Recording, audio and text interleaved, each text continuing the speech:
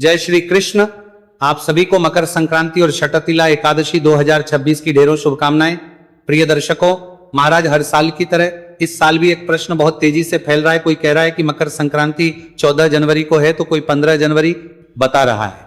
ऐसे में प्रिय दर्शकों, आम श्रद्धालु पूरी तरह असमंजस में पड़ जाते हैं कि आखिर हम किस दिन मकर संक्रांति का पर्व मनाएं, किस दिन स्नान दान करें और किस दिन खिचड़ी बनाएं। इसी के साथ प्रिय दर्शकों, इस साल मकर संक्रांति के साथ साथ एकादशी की तिथि भी पड़ रही है।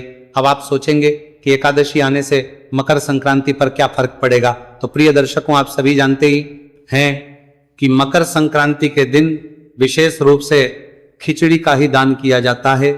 और खिचड़ी जो है ये कच्चे चावल और कच्चे मूंग की दाल से बनाई जाती है और इसी खिचड़ी का दान किया जाता है।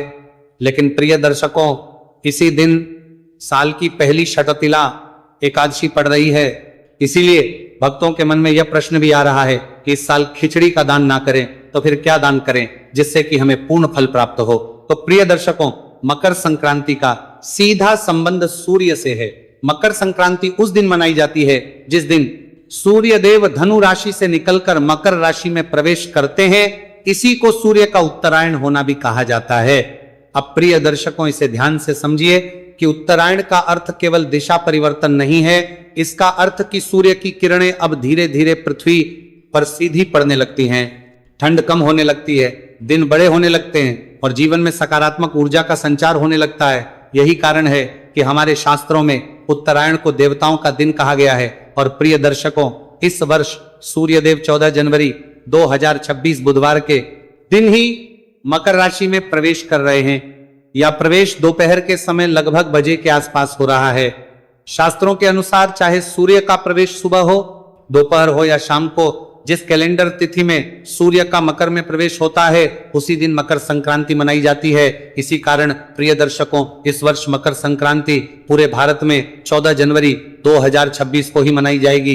इसीलिए प्रिय दर्शकों, 15 जनवरी को मकर संक्रांति मानना शास्त्रीय रूप से उचित नहीं है। तो प्रिय दर्शकों, अब यहां तक तो बात बिल्कुल स्पष्ट हो गई कि मकर संक्रांति 14 जनवरी बुधवार को ही है। लेकिन यहीं से शुरू होती है इस वर्ष की सबसे बड़ी उलझन, क्योंकि प्रिय दर्शकों, इसी 14 जनवरी को पौष मास की शक्तिला एकादशी भी पड़ रही है। और जैसे ही एकादशी का नाम आता है तो प्रत्येक श्रद्धालु के मन में तुरंत ये नियम याद आता है कि एकादशी के दिन अन्न विशेष रूप से चावल वर्जित होता है।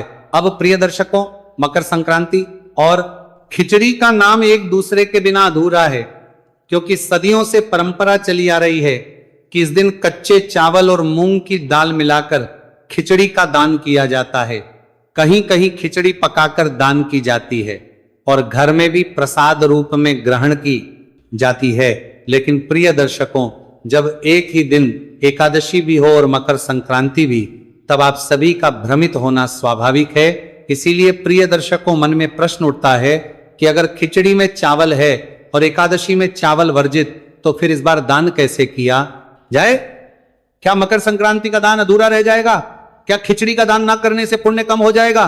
तो प्रिय दर्शकों, यही सारे प्रश्न आज लाखों भक्तों के मन में चल रहे हैं। इसीलिए इस वीडियो का उद्देश्य केवल जानकारी देना नहीं, बल्कि भ्रम को दूर करना और धर्म का सही मार्ग दिखाना है। तो प्रिय दर्शकों, एकादशी का नियम बहुत स्पष्ट है कि इस दिन चावल को खाना या पकाना और दान करना सख्त मना होता है।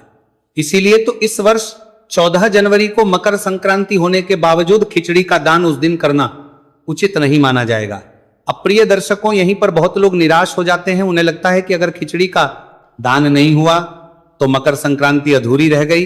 लेकिन प्रिय दर्शकों, ये सोच अधूरी है, क्योंकि मकर संक्रांति केवल खिचड़ी का पर्व नहीं है, यह दान पुण्य सेवा और त्याग का पर्व है। और दान का वास्तविक भाव वस्तु में नहीं, भावना में छिपा होता है। तो प्रिय दर्शकों, षटतिला एकादशी को साधारण एकादशी समझना बहुत बड़ी भूल होगी। यह वर्ष की पहली एकादशी होती है और इसका महत्व अन्य एकादशी से भी अधिक माना गया है। शास्त्रों में बताया गया है कि इस एकादशी का नाम ही तिल के ऊपर रखा गया है, क्योंकि इस दिन तिल का दान, तिल का सेवन और तिल से संबंधित कार्य विशेष फल देने वाले गए हैं। इसीलिए प्रिय दर्शकों, अब जरा ध्यान से समझिए। एक और मकर संक्रांति जिसमें तिल और गुड़ का विशेष महत्व है, दूसरी ओर शक्तिला एकादशी, जिसमें तिल को मोक्षदायक बताया गया है। और जब दो ऐसे पर्व एक साथ आते हैं जिनका केंद्र बिंदु तिल हो, तो ये कोई संयोग नहीं बल्कि एक दिव्य संकेत होता है। ये संकेत हमें बताता है कि इस वर्ष मकर संक्रांति पर तिल दान का महत्व कई गुना बढ़ गया है। अब प्रिय दर्शकों, बहुत से लोग ये भी हैं कि खिचड़ी का दान क्यों इतना महत्वपूर्ण माना गया है। तो इसका उत्तर यह है कि खिचड़ी में चावल और दाल दोनों होते हैं, जो अन्न का पूर्ण रूप माने जाते हैं। अन्न दान को सभी दानों में श्रेष्ठ बताया गया है। इसी कारण मकर संक्रांति पर खिचड़ी का दान सबसे बड़ा पुण्य माना गया। लेकिन जब शास्त्र स्वयं एकादशी के दिन चावल दान को वर्जित कर रहे हैं, तो धर्म हमें यह भी सिखाता है कि विकल्प भी धर्म का ही भाग होता है। इसीलिए कहते हैं कि यदि किसी कारणवश मुख्य दान न किया जा सके तो उसी भाव से किया गया वैकल्पिक दान भी उतना ही फल देता है। और यही कारण है कि इस वर्ष मकर संक्रांति पर काले तिल और गुड़ का दान खिचड़ी दान के समान ही नहीं बल्कि कई गुना अधिक फलदायक बताया गया है। क्योंकि तिल को शास्त्रों में पापनाशक कहा गया है। कहा जाता है कि तिल में भगवान विष्णु का वास होता है और गुड़ में माता लक्ष्मी की कृपा जाती है। जब तिल और गुड़ एक सब दान किए जाते हैं तो वो दान केवल शरीर को नहीं आत्मा को भी शुद्ध करता है।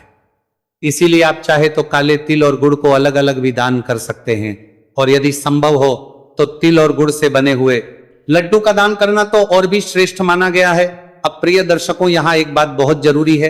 कुछ लोग सोचते हैं कि अगर हमने 14 जनवरी को खिचड़ी का दान नहीं किया तो 15 जनवरी को कर लें ताकि मन को संतोष मिल जाए।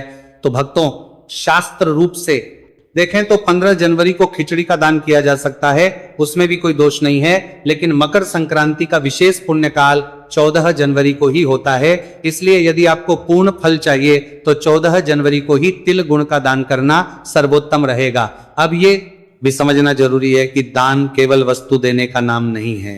दान का अर्थ है अपने भीतर के अहंकार, संग्रह और लोभ का त्याग। अगर कोई व्यक्ति सच्चे मन तिल गुड़ का छोटा सा दान भी करता है तो वो उस व्यक्ति से श्रेष्ठ माना गया है जो दिखावे के लिए बड़ा दान करता है। तो अब तक हमने ये समझ लिया कि इस वर्ष मकर संक्रांति और शक्तिला एकादशी एक साथ पड़ने से खिचड़ी का दान संभव नहीं है, लेकिन तिल और गुड़ के दान से भी आपको कई गुना अधिक पुण्य फलों की प्राप्ति होगी। अब हमारे शास्त्र कहते हैं कि दान का मूल्य वस्तु से नहीं भाव से तय होता है। अगर कोई व्यक्ति बहुत साधारण वस्तु भी पूरे श्रद्धा भाव से दान करता है तो उसका फल उस व्यक्ति से कहीं अधिक होता है जो महंगी वस्तुओं का दान केवल दिखावे के लिए करता है। क्योंकि मकर संक्रांति का समय विशेष रूप से सेवा और करुणा का समय माना गया है।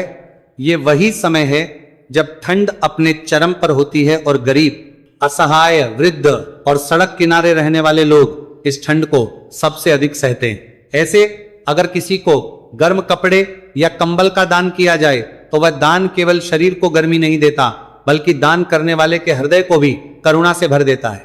इसीलिए शास्त्रों में बताया गया है कि शीत छतु में किया गया वस्त्र दान विशेषकर मकर संक्रांति के दिन अक्षय पुण्य प्रदान करता है। अक्षय का अर्थ है जिसका फल कभी समाप्त ना हो। अब कई लोग सोचते हैं कि हमने गुण का दान कर दिया, अब और कुछ करने की आवश्यकता नहीं है। लेकिन यदि आपकी क्षमता है तो मकर संक्रांति के दिन एक से अधिक प्रकार का दान करना अत्यंत शुभ माना गया है। जैसे तिल गुड़ के साथ कंबल, शॉल या गर्म कपड़े का दान भी आप कर सकते हैं। अब यहां एक बहुत महत्वपूर्ण प्रश्न आता है कि दान किससे दिया जाए। बहुत से लोग इस विषय में भी उलझन में रहते हैं। कोई कहता है कि केवल ब्राह्मण को ही दान चाहिए, कोई कहता है कि साधु संत को दिया जाए, तो कोई कहता है कि जरूरतमंद को देना ही सबसे श्रेष्ठ है। तो शास्त्रों का उत्तर बहुत सरल है, जहां वास्तविक आवश्यकता हो वही दान के पात्र है। अगर कोई व्यक्ति सच में ठंड से कांप रहा है, भूखा है, असहाय है, तो उसे दिया गया दान सीधे ईश्वर तक पहुंचता है। प्रिय दर्शकों, स्वयं भगवान श्री कृष्ण ने गीता में कहा है कि जो मेरी बनाई हुई सृष्टि की सेवा करता है वही वास्तव में मेरी पूजा करता है। इसलिए आप तिल गुण का दान किसी गरीब व्यक्ति को दें, कंबल किसी जरूरतमंद को दें या मंदिर जाकर पंडित जी को दक्षिणा दें, तीनों ही प्रकार का दान पुण्यदायक है। अब बात करते हैं दक्षिणा की। अक्सर लोग दान में केवल वस्तु दे देते हैं और दक्षिणा देना भूल जाते हैं, लेकिन शास्त्र कहते हैं कि कोई भी दान बिना दक्षिणा के अधूरा माना जाता है। दक्षिणा का अर्थ यह नहीं है कि बहुत राशि दी जाए। दक्षिणा का अर्थ है दान में हुई किसी भी कमी को श्रद्धा से पूरा करना। अगर आपने तिल और गुड़ का दान किया है तो उसके साथ अपनी सामर्थ्य अनुसार कुछ धनराशि अवश्य रखें। ये राशि 11 रुपए हो सकती है, 51 रुपए हो सकती है, 101 रुपए हो सकती है, या उससे अधिक भी। राशि बड़ी या छोटी नहीं देखी जाती, भाव देखा जाता है। दक्षिणा देने से दान में पूर्ण आती है। कहा जाता है कि दक्षिणा के बिना किया गया दान रास्ते में ही रुक जाता है, और दक्षिणा के साथ किया गया दान सीधे पुण्य लोक में पहुंचता है। इसीलिए मकर संक्रांति के दिन किया गया दान पूरे वर्ष का प्रभाव देता है। इस दिन दान किया गया एक छोटा सा कार्य भी पूरे साल शुभ फल प्रदान करता है। इसीलिए हमारे पूर्वज कहते थे कि चाहे सामर्थ्य कम हो, लेकिन मकर संक्रांति के दिन खाली मत रहो। इस दिन दिया गया दान हमें केवल भौतिक सुख नहीं देता, बल्कि हमारे जीवन में शांति, संतुलन और सकारात्मकता भी लाता है। अब यहाँ एक और प्रश्न उठता है कि अगर कोई व्यक्ति किसी कारणवश 14 जनवरी को दान ना कर पाए, अगर कोई बीमारी, यात्रा या पारिवारिक परिस्थिति के कारण दान से वंचित रह जाए, तो क्या उसका मकर संक्रांति का पुण्य समाप्त हो जाता है? तो शास्त्र इसका उत्तर भी बहुत करुणा के साथ देते हैं। कहा गया है कि भाव से किया गया मानसिक भी फल देता है। इसीलिए यदि आप 14 जनवरी को मन ही मन यह संकल्प लें कि हे भगवान, आज मैं अपनी सामर्थ्य अनुसार दान करना चाहता हूं, परिस्थिति के कारण संभव नहीं है, तो मेरी भावना को स्वीकार कीजिए, तो ऐसा संकल्प भी व्यर्थ नहीं जाता। क्योंकि धर्म इतना कठोर नहीं है कि वो परिस्थिति ना समझे। ईश्वर भावना देखते हैं, साधन नहीं। अब बात करते हैं 15 जनवरी। बहुत से लोग ये पूछते हैं कि क्या जनवरी को खिचड़ी का दान किया जा सकता है? तो शास्त्रीय दृष्टि से उत्तर यह है कि हां, 15 जनवरी को खिचड़ी का दान किया जा सकता है, उसमें कोई दोष नहीं है, क्योंकि उस दिन एकादशी नहीं है। लेकिन यह समझना जरूरी है कि 15 जनवरी को किया गया खिचड़ी दान मकर संक्रांति विशेष पुण्य नहीं देगा, बल्कि वो सामान्य अन्न दान के पुण्य में ही गिना जाएगा। इसीलिए यदि कोई व्यक्ति यह सोचकर 15 जनवरी को खिचड़ी दान करता है कि मैंने मकर संक्रांति का दान कर लिया, तो यह शास्त्र सम्मत नहीं है। मकर संक्रांति का विशेष पुण्य काल 14 जनवरी को ही है, और इस वर्ष उस पुण्य काल में तिल, गुण, वस्त्र, कंबल और सेवा का दान ही श्रेष्ठ माना गया है। अब कुछ सावधानियां भी जान लेना बहुत आवश्यक है। दान करते समय कभी भी अहंकार ना रखें। दान देते समय किसी को नीचा ना दिखाएं। दान देकर उसका प्रचार ना करें। शास्त्र कहते हैं कि जो दान दिखावे के लिए किया जाता है, वह पुण्य केवल समाज की प्रशंसा देता है। इसीलिए दान हमेशा दाएं हाथ से करें और मन शांत रखें। दान देते समय मन में किसी प्रकार की खिन्नता या मजबूरी का भाव ना हो, और दान कभी भी सूर्यास्त के बाद नहीं करना चाहिए। विशेषकर मकर संक्रांति जैसे पर्व पर प्रातः स्नान करके, स्वच्छ वस्त्र धारण करके दान करना सबसे उत्तम माना गया है। अब अंत में एक बहुत सुंदर बात, मकर संक्रांति केवल दान का पर्व नहीं है, यह दिशा बदलने का पर्व है। जैसे सूर्य अपनी दिशा बदलता है, वैसे ही हमें भी अपने जीवन की दिशा बदलनी चाहिए। क्रोध से शांति की ओर, लोभ से संतोष की ओर, और स्वार्थ से सेवा की ओर। अगर इस मकर संक्रांति पर आपने अपने भीतर थोड़ा सा भी सकारात्मक परिवर्तन कर लिया, तो समझिए कि आपने सबसे बड़ा दान कर दिया। अंत में यही कहना चाहूंगा कि इस वर्ष 14 जनवरी 2026 बुधवार के दिन ही मकर संक्रांति है। एकादशी होने के कारण चावल और खिचड़ी का दान इस दिन ना करें। इसके स्थान पर तिल गुड़ के लड्डू, कंबल, वस्त्र और सेवा का दान करें। दान के साथ सामर्थ्य अनुसार दक्षिणा अवश्य रखें। और अगर अब भी आपके मन में कोई प्रश्न है, तो आप निसंकोच कमेंट में पूछ सकते हैं। भगवान कृष्ण सब पर कृपा करें। मकर संक्रांति और एकादशी आपके लिए उत्तम फलदायी हो। हरे कृष्ण।